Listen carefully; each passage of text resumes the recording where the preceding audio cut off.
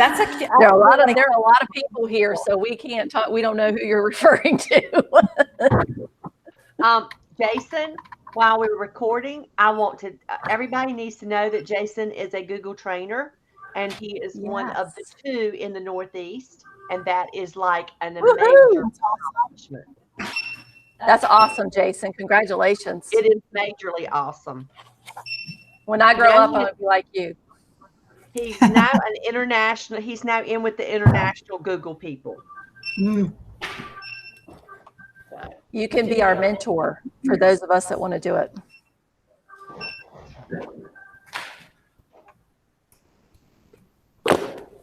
Shelley, we can hear you beeping of books. I'm sorry. Yeah. And blonking them. Yeah. That scared me. Is it time? We got 2 minutes. I'm almost done with the sign-in thing. Okay, Tessa's making a sign-in Google Doc sheet that she's going to put in the chat. I love you too. I'm doing it quick. We're getting good at this. What are we going to do after next week? We have to do something just because we've finally gotten it worked out. When your mic didn't work, that really was like, once again. So hello, Kimberly, Nicole, and Diane. You have just joined. Please say hello in the chat. And I'm dropping Jason, I've got one that I would really like to do.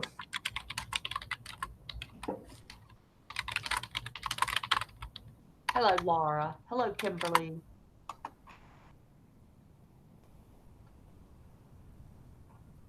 I want it paste. Oh, come on now. It's always something. I'm going to try copying it again.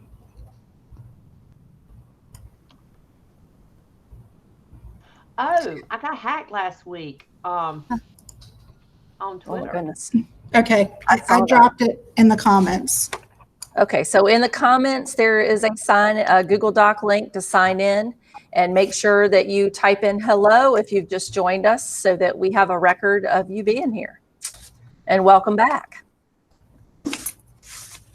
We're doing chapters 9 and 10, worked examples and self-assessment. So welcome back.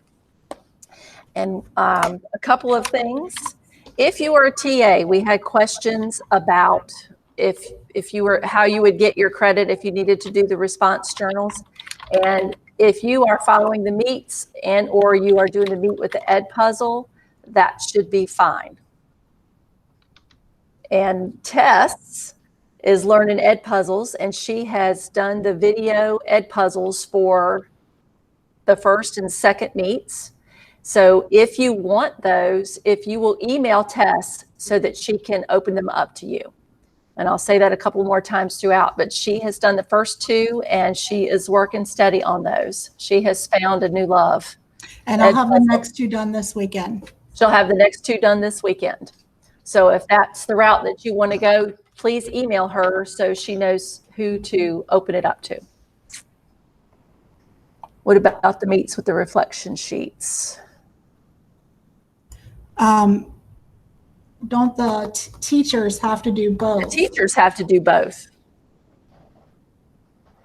If you've done them, we have a record of it, and we'll make sure that goes towards your professional development. But for the teacher assistants who don't have to do the same things, they can do the meet or the Google Meets with the Edpuzzles. If that's not clear, email me later, and we'll get it straight. All right, I'm going to go ahead and start. Make sure if you're just coming in that you've typed in hello, or that you get the Google Doc link to sign in. And I'm going to start sharing the slides.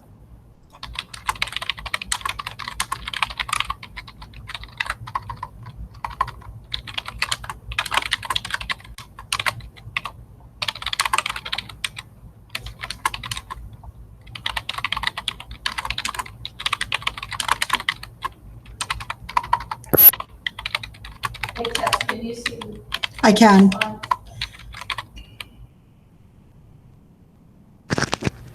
All right.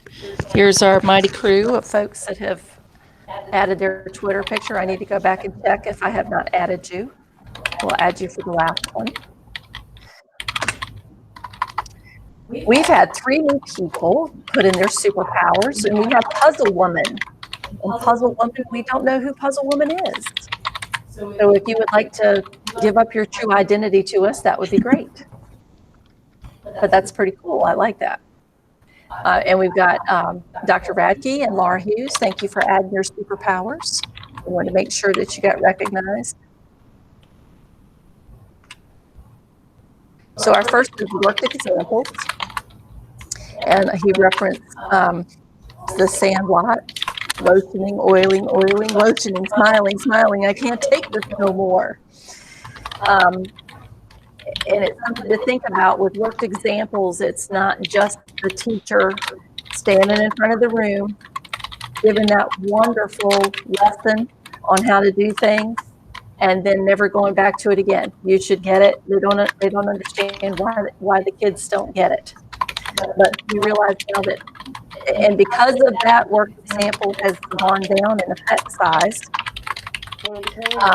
And as kids are more distracted with technology, social media, shorter attention spans, and Miss Blades, Miss Blades is talking, and she's trying to say your name. Candy, Yes. we have a hard time hearing you as you type. Oh, I'm not typing. I'm sorry. Oh, I'm sorry. That was me. Oh, Sorry. that's fine. Will you just mute, please? Yep. And Candy, that lovely speech that you just gave, would you re-give it? I will do my best. Thank you, love. So it was talking, worked examples used to have a higher effect size, but as of 2015, it was downgraded to 0.37. And most likely because our children are more distracted nowadays. They've got mobile technology, social media.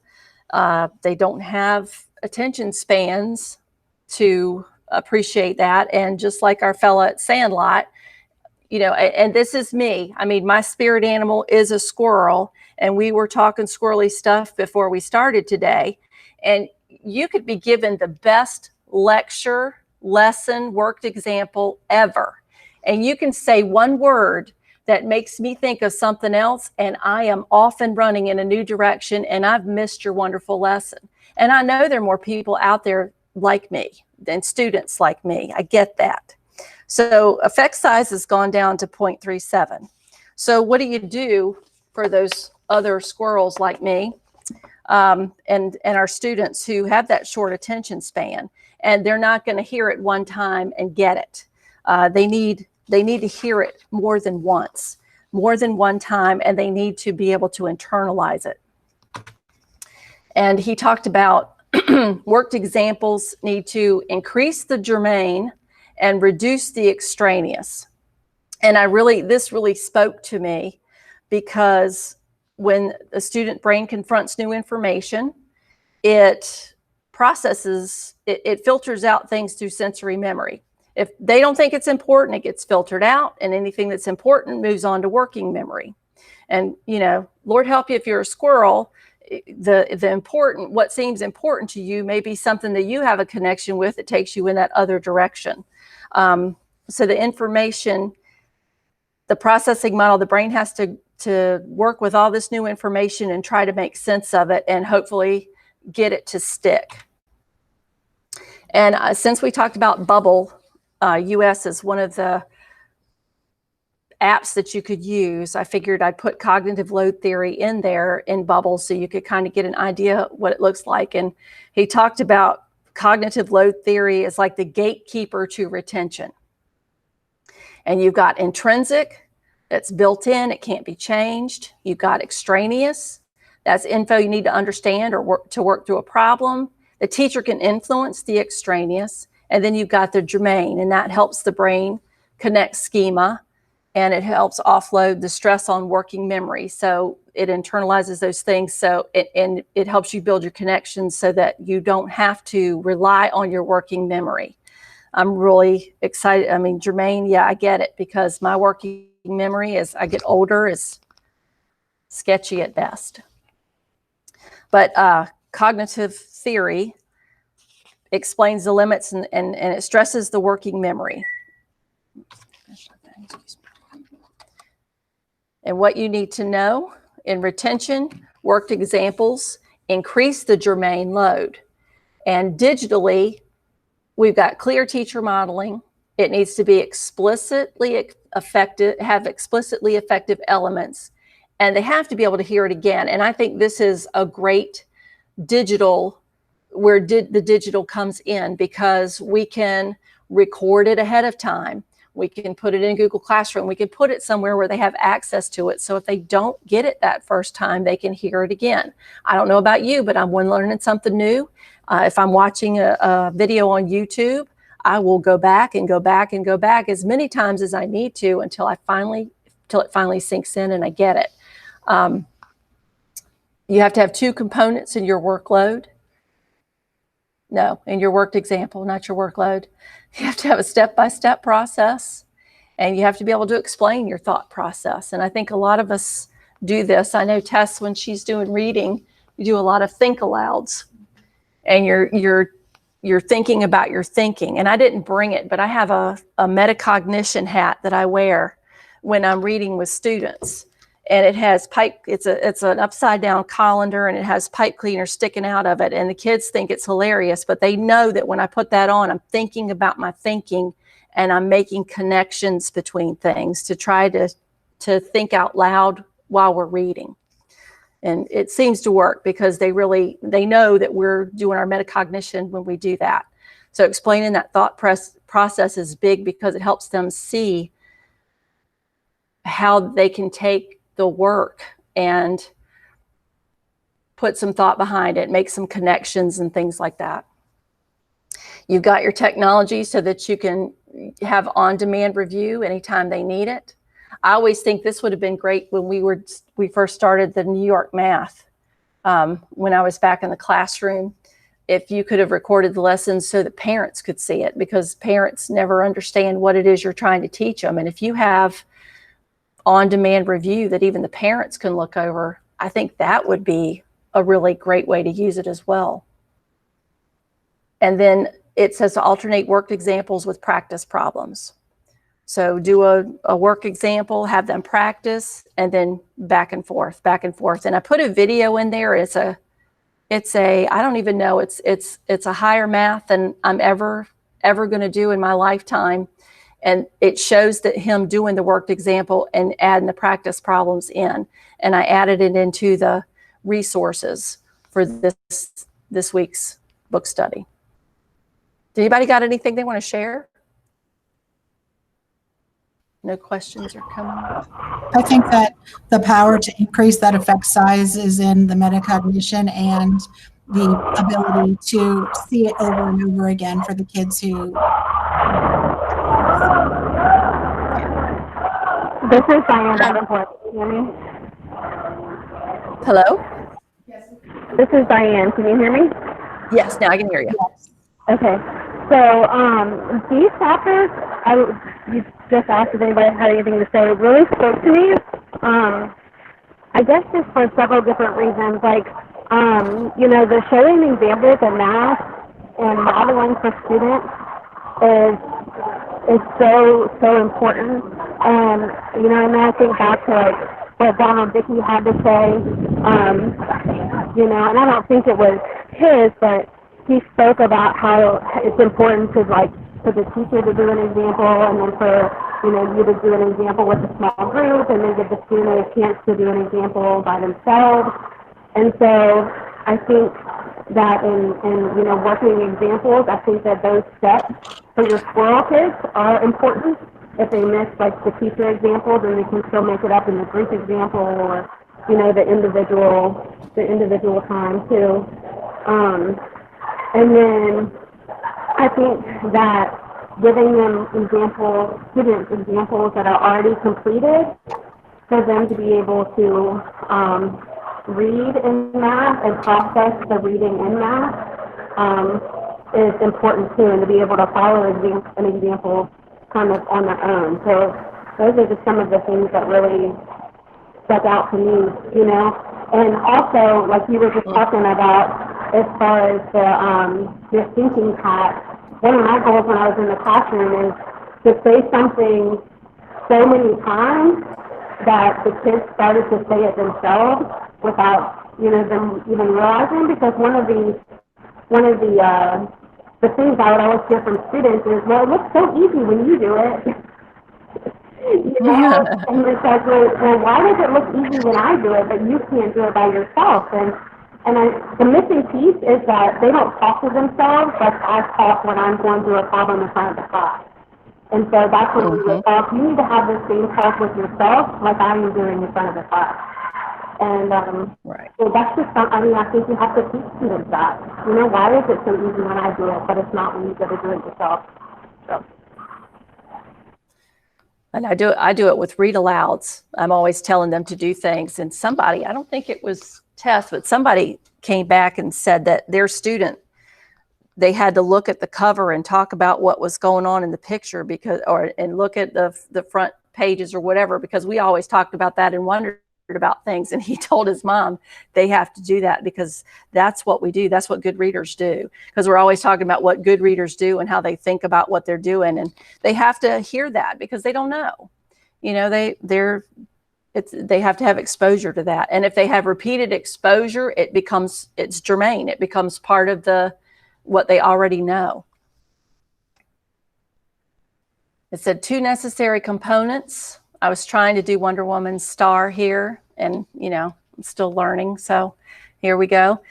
To model, to have clear step-by-step solutions while explaining the thought process and pointing out what makes the process more efficient. Be real specific with that. So they get that exposure constantly. Repeat exposure.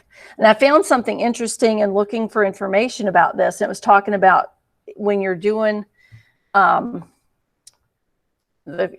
cognitive load theory, it's important when your brain is trying to process spoken language and you're given visual information. So say you're reading or you're trying to read over the problem and the teacher's talking, your brain can't do both. And it jams you up. It's especially when it's something, and I know this for me, myself, if I'm learning something new that's hard, I need it quiet. And if you talk to me, I'm going to have to read it over probably 10 more times than I originally needed to read it because I can't process. And I thought, oh, it's not just me. It's actually how our brains work. So, you know, you've got 2 channels.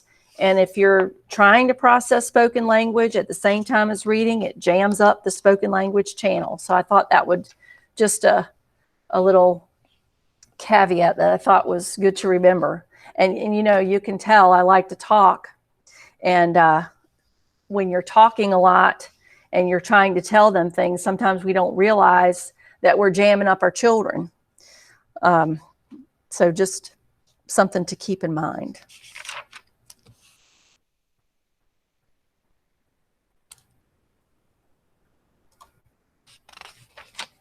I go back over everything.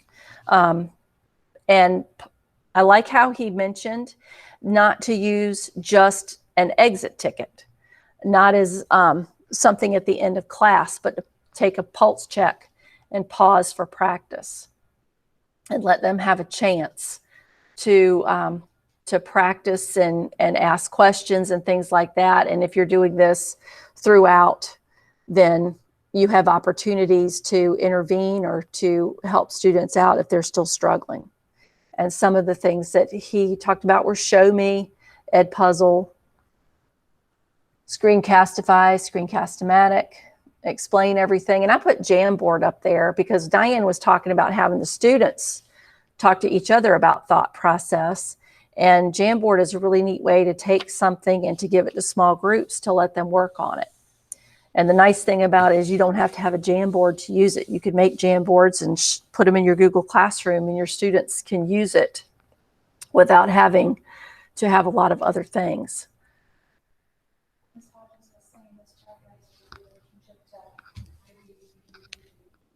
Oh, I do, you do, we do. Yeah, that's good. Who said that? Miss Hodges. Speak up, Miss Hodges. We need people to chime in. No, it was in the comments, Ms. Beaker, sorry. Oh, it's in the comments. Yeah. Yeah, but she needs to say stuff. I feel like if you weren't in the room here, I feel like I was all by myself looking at the slides. Just saying.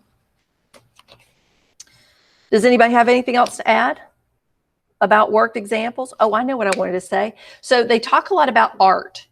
So what would worked examples look like in art or PE? Because we have a lot of folks in here that are in different modalities. So, what do you think? What about art? What about PE? How about reading? How would you use worked examples in reading? So I'm asking for input. Who's got an idea? Well, I'm going to kind of jump in on two things. I'm going to talk about what Heather did with art and what, because I've watched a lot more of her art lessons than I ever did before. And she models, and just like we would with writing or math, and then they follow and they model and do part of it. She does parts and talks about how to connect the lines or what to do in that one section of the drawing or whatever she's doing. So she does part, they do part. One of the things I do in technology, as far as a worked example kind of thing, and I usually make a silent video that I can share with them in the Google Classroom, but I also do watch, listen, then do, because kids want to do it in computers while you're talking about how to do it. And I guess they do that in other things too. But so we have a good protocol for that. And then when they watch me, we talk about it, and I can point out with the video, but they can also go back to that video and see what we just did. And they can do that on their own if they need extra help. Wonderful. When I'm thinking about the worked examples and struggling early readers, I'm thinking about fluency, how we can read aloud and then they can echo and mimic what we're doing. So you could say, read it like this. Come here, baby bear. So that's just, an example for fluency with little readers. Okay. One of the things that I found was an example was Shakespeare, and they had put lots of notes in there about things to give them some background knowledge to help them frame things while they were reading it. It kind of reminded me, for those of you that remember VH1 way back when, and they had pop-up video. That's kind of what it made me think of. But that's where my brain goes. It's okay, because he always is doing movie references, and it just made me think of that when you're reading something, a lot of times if you read historical pieces, they have no frame or background, and this would be a good to have a worked example to have something so that they could have some background for what they were going to read, I guess. Anybody else?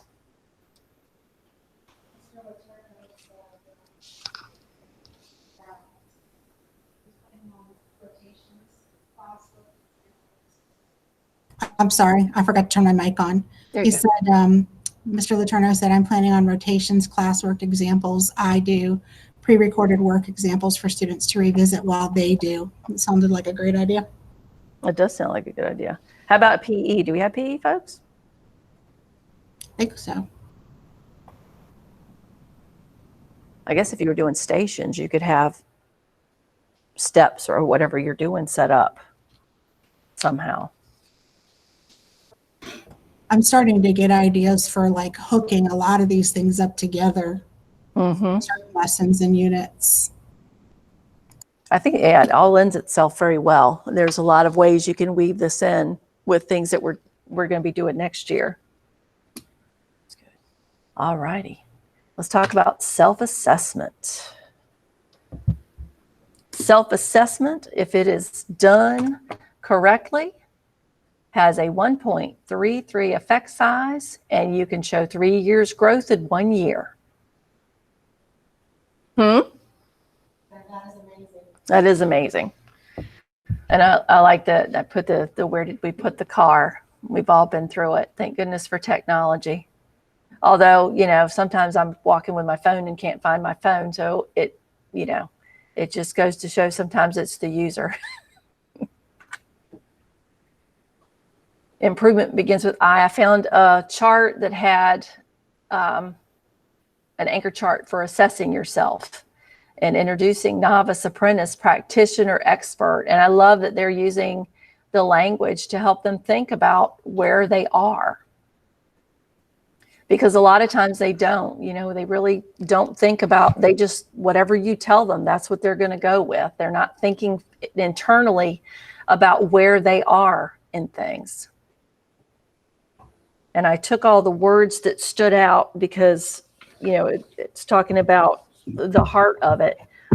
Coaching students through the process of self-assessment is the heart of the matter, teaching them to ask those questions. And some of the words that stood out when he was talking about that were push, grow, expectations, self-assessment, awareness, and effort.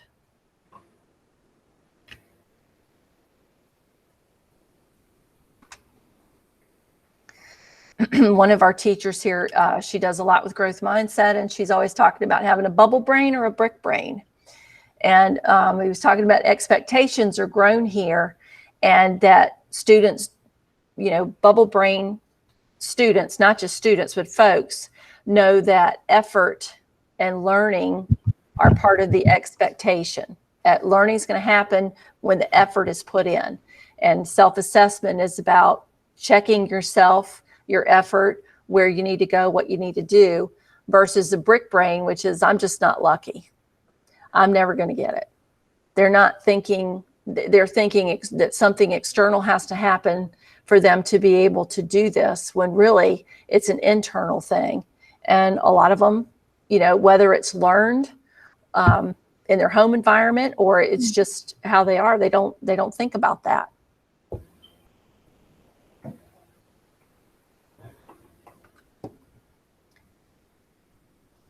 And so part of the self-assessment path is asking those questions. Where are you going and what does it look like? And that's your proficiency and benchmarks. Here's what we got to do, what we're going to do, and here's what you should be able to do when we're finished. So they know ahead of time what it looks like and where you are. Self-assess and have some dialogue about that. What do you need to do to get there? A lot of reflection and making improvements. Did you make it? No. Well, improve and try again. Yes. Apply it. I just took what he was going with in the book and thought about what the path would look like. Candy, I thought about when I was reading this, and this slide captures it in regards to rubrics. I don't know if you guys remember, but when rubrics became such a big deal, and I don't know when they became the big deal, but the idea is to share the learning, to share the rubrics before the process was starting so that the students understood the goal and the expectations that were in front of them. And so when I was thinking about reading about the self-assessment, I just linked it to that rubric conversation. It was kind of the first time where something was, to me as an educator, was put on paper, where we said to kids, this is what your learning pathway should look like as you go through this particular activity. Mm-hmm. And it's a good thing to have a rubric. It's even a good thing to have the kids help with the rubric. Mm-hmm. What is this supposed to look like? What's going to be a bad example? What's going to be a good example? What should it have in it? To get them involved in that conversation because it makes them aware of what's going on and what, it's making them help take part in their learning. And it made me think of something else, and now I can't remember what it was. Maybe it'll come back. Anybody else? Thoughts, comments? Self-assessment, rubrics? There are only 12 people signed in. There are 12 people signed in? There are only 12 signed up on the paper. Okay, and I hear that we've got some more people in the meet. So make sure it's time for me to do a plug-in. Make sure that you type in hello into the chat if you're joining us later. There's also a Google Doc linked to as a sign-up sheet. So please make sure that you do one or the other if you've joined us, because we have more folks signed up than, and we have more folks in here than we do signed up. So make sure that we know you're here today. Mr. Letourneau, I see your comment about self-assessment and peer assessments in your room. And we used the writer's workshop this year. And I liked that part of it where the kids had time to assess each other, and they had a rubric to help them do that with each other. And, you know, a couple of, and of course, these aren't digital, but I was thinking of gallery walks. And I was thinking of, because we, you know, in education, when we're doing workshops and things, we always have gallery walks, and we put our sticky notes on people's work to add comments or add things that we notice. And I know that's not digital, and we're working on that, but we're also bold, and we do things old school. And I thought that was a good thing. And even data notebooks. I don't know if anybody uses those. I was talking with someone in the North Carolina Digital Literacy Coaching Network, and they use data notebooks with their kindergartners, and they used them with all, you know, these are the letters I'm supposed to know, and here are the ones that I know. And they, you know, they would check in mid-year what ones they could do. So they had their self-assessment with them all the time. And you certainly could do something digitally with that as well.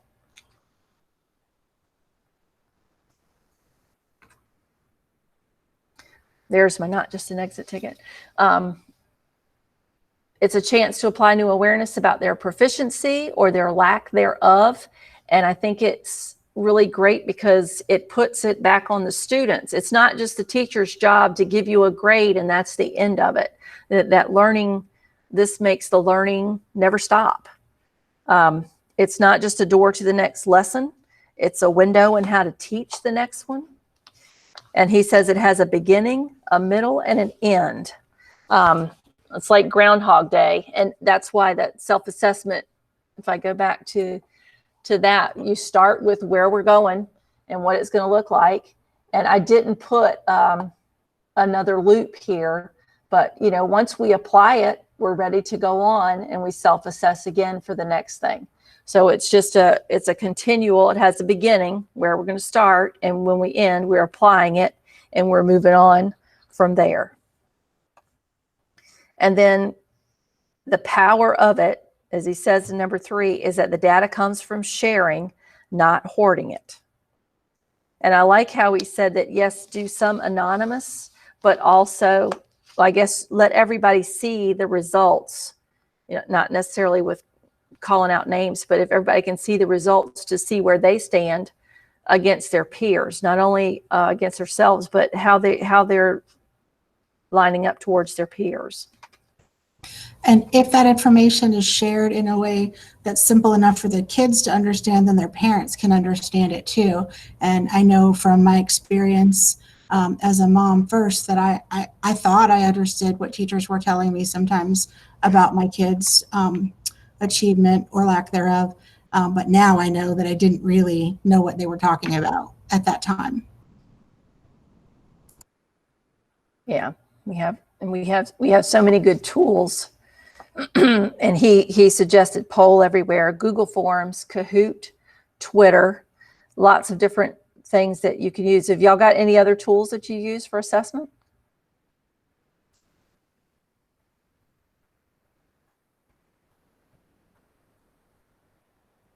Mentimeter? Anybody?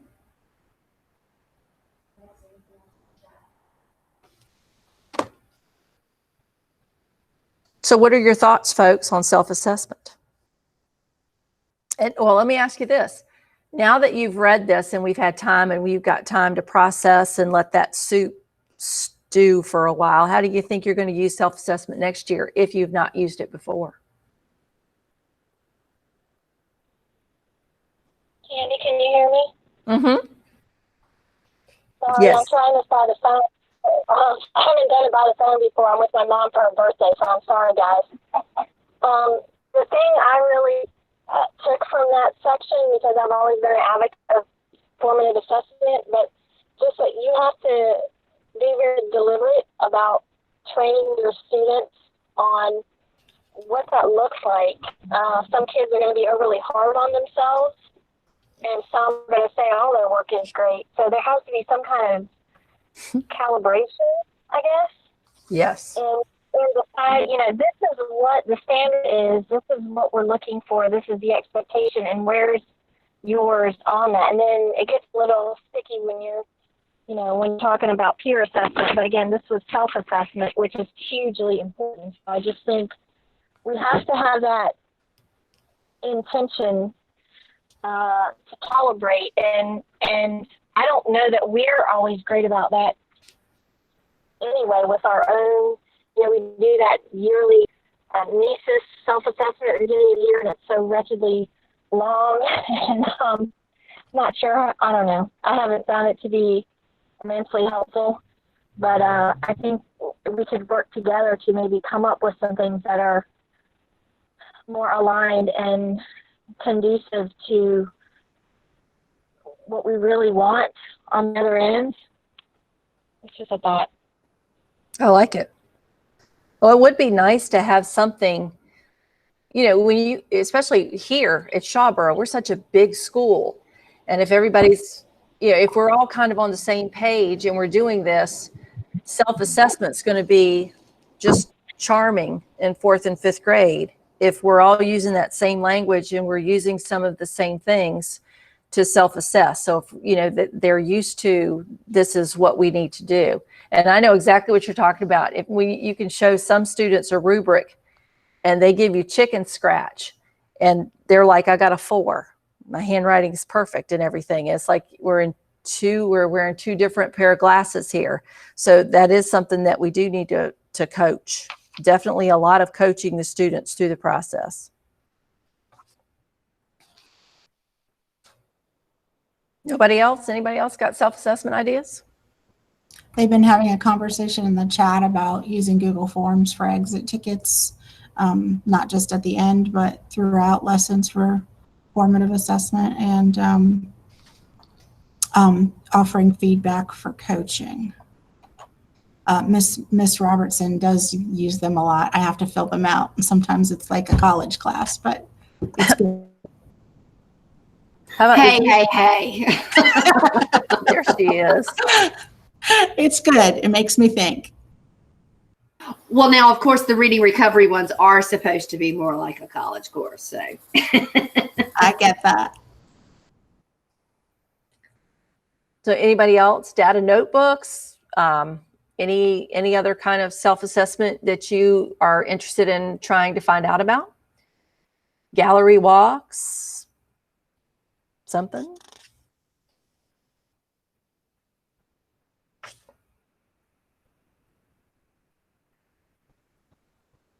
I think I'm going to try to do something in that way with Google Forms and maybe Edpuzzles.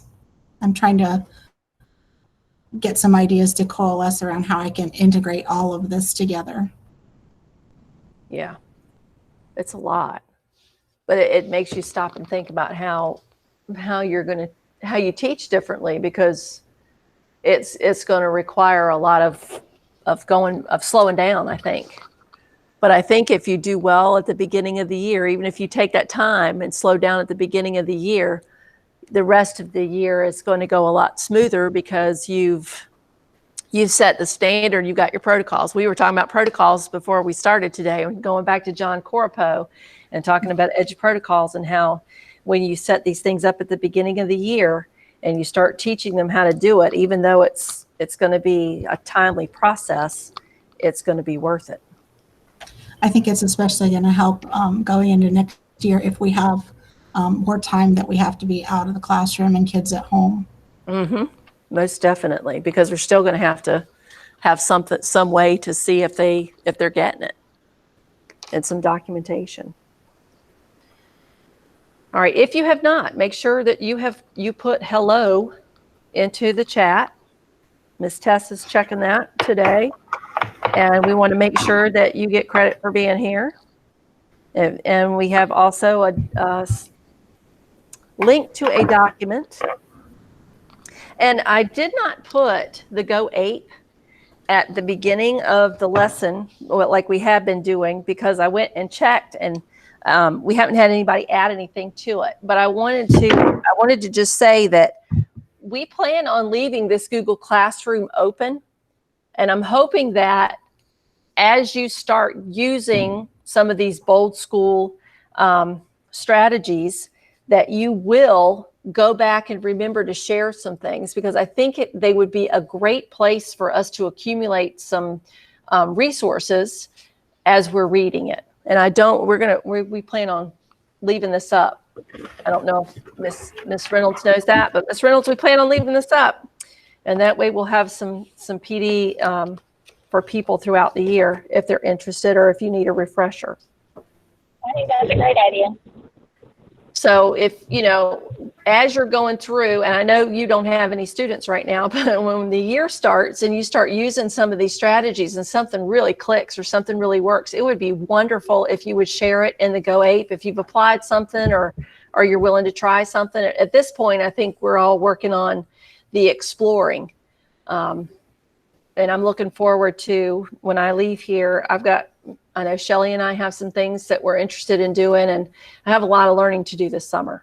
And so I'm hoping that I'm going to be able to add to those slides as well. And next week is chapters 11, 12, and 13.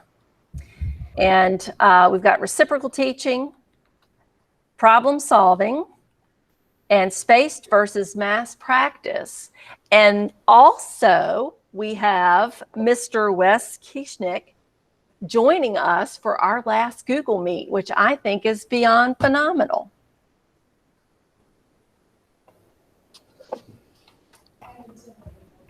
And intimidating. It's intimidating for Tess because she's going to be running the meeting and I'm going to be checking the chat. So I'm excited about that. I just get to enjoy it. So I don't know if anybody else have anything for the good of the group.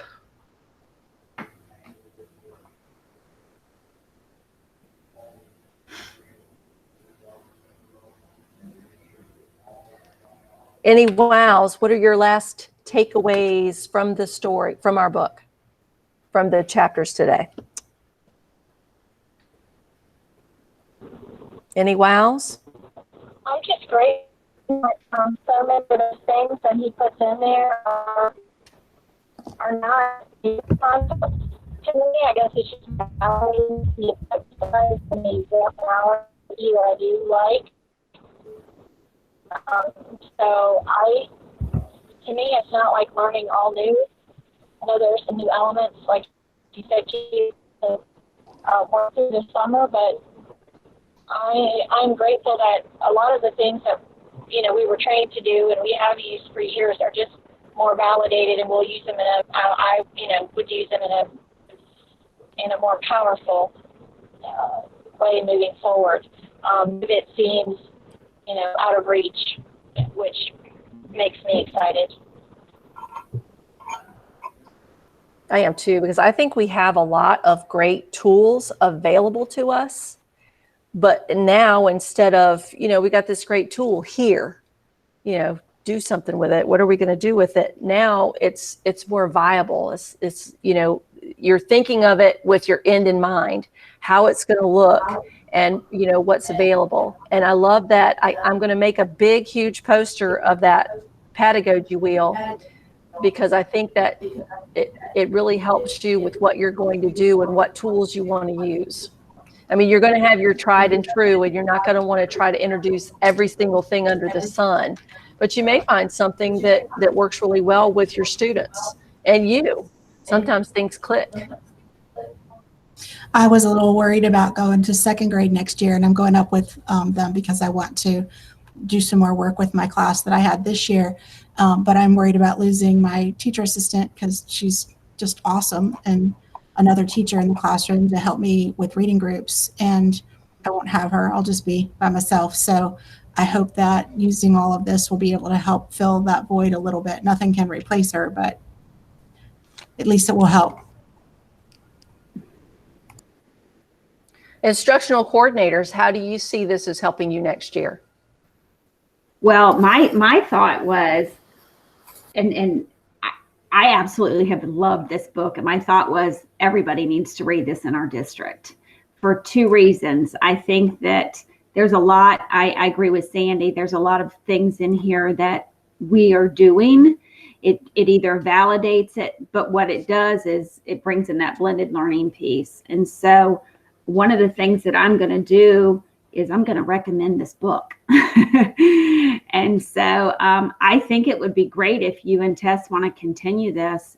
I think the way that you laid it out was excellent in terms of reading 2 chapters a week was doable. And I think you could possibly still do that when you're juggling the classroom. So I think it would be great for you guys to offer this session for CEUs, for our teachers, especially for, to me, it kind of falls under literacy.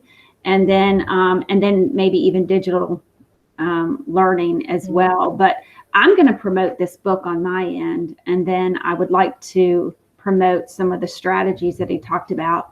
And then lastly, I'm going to really try to work on the framework of the lesson that he had at the end of every chapter for folks that really need some assistance in terms of intentional planning. I like it because he has that simple, it's outcomes, strategies, then tools you want to use, and then, what's next, Tess? Why do I always forget the next one? I'm sorry, I was reading what we're saying. You plan, and then it's rigor. So Yes, I always relevance and want to leave rigor. out the plan. I don't know what it is about my shins, but I can't remember. Outcomes, strategies, digital and Tool non-digital belt, tools for a plan with relevance and rigor. Yes. And Shelley said she liked it because it used familiar language about strategies that we've used. So it's not like it, when we go through the book, it's not, this is something brand new. It's stuff we're already using. It's just how we can apply it better. That's what I was going to say. I think it's adding to what we're already doing and maybe just taking it up a notch. Because with me kind of still straddling both worlds, still teaching kids, but spending as much, if not more time teaching adults, it's a way, especially now that we've been forced into using technology and blended learning, it's a way for me to very much be thinking outside of the box. So I haven't really been able to spend as much time as I've wanted to, but it's skimming the surface and then hopefully being able to dig deeper the rest of the summer.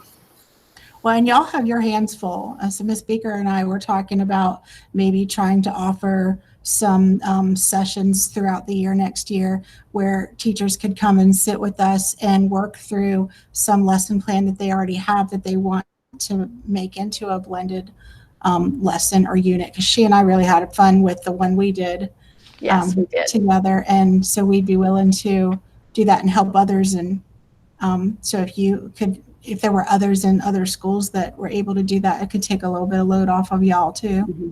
Well, and how powerful would it be, Candy and Tess, since you guys are already considering that, and then our classroom teachers that are part of this book study now, if they would videotape their lesson using the blended learning concept, and we could build a library so that, we've been talking a lot about modeling and going and seeing people. If we could build a video library about Bold School where teachers can see what does it look like when you say this is what you want me to do, and almost have you guys building that library so people have access to it so they can view it when they have time to view it. right as many times as they need to. Yep. Sometimes, I'm one of those people. I like to go back and watch it again because sometimes I miss things that I hadn't seen before. But that's why we're excited about this, because we have this and we can have it open, and then we can do this, and we can show them the process we went through when we did the fairy tales, because we had a lot of fun with that. And I pulled the toolkit that I put in the resources, and that really helped Squirrel, plan everything, because I already had the activities. I had the activities from many, Sure. many years ago. And I went through and we did a choice board. So they had, dinner, snacks and appetizers and things like that. And that really, I looked at that compared to the grid to see where they fit into that grid. So we had some of everything in there. And it all just came together, and they had a really good turnout with it from what Tess said. Yeah, I just think this is a phenomenal opportunity for us to really, for you and Tess to really bring this conversation to the forefront. Yeah. We're hoping it will continue. And we were talking about it before. It's like we need to get our teachers reading this and truly become a bold school. And I think, I mean, just because it, like I said, it goes back to, it's just like Daily 5. If we're all speaking that same language, it's great for the kids because they've got this smooth transition as they go up, because even if they have a different teacher, they still understand the language. They're still talking about, worked examples or, doing the exit tickets or the self-assessments. They have that. And it's just a great thing when it really happens. And I've witnessed that when we moved to Jarvisburg, we didn't have Accelerator Reader, and we got into doing Daily 5, and the children came in and they said, "Where are the Yellow Dot books? I'm a Yellow Dot. I need a Yellow Dot book." And it really broke my heart because I thought that's what we've taught them. We're not teaching them to be a reader. We're teaching them to look. They don't have to think about it. They're not thinking. Now go to the end of the year and you've got first graders in the library and they're, "Oh, this isn't a good fit book for me, but this would be a really good fit book for you." I mean, they're having these conversations and they're talking about their learning. And it was just this big, and we can do it. We can do it. And I think this is a plain, simple, it's repetitive. It's the same thing every time. What's your outcome? What is it you want them to be able to do? What strategies are you having to cover? What tools? Then let's look at the tools and and it's the same language. Else?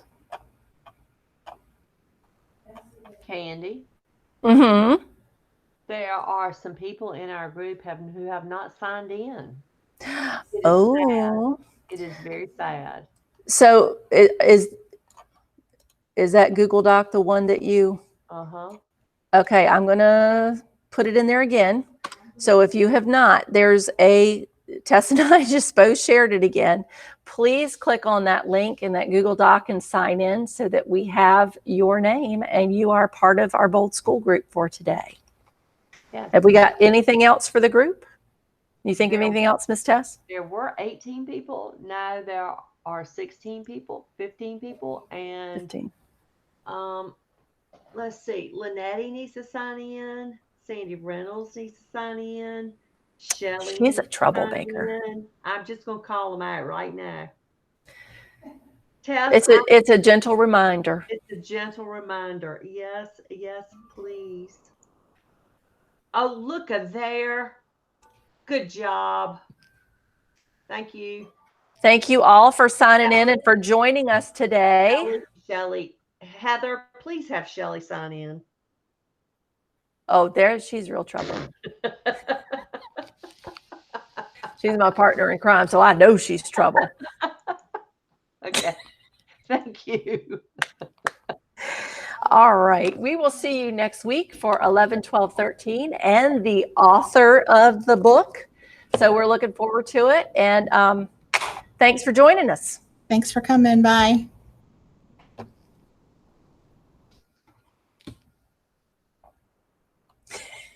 I will never stop talking about you, Shelly. That was a good one. People are starting to more try to interact and have conversations in the chat.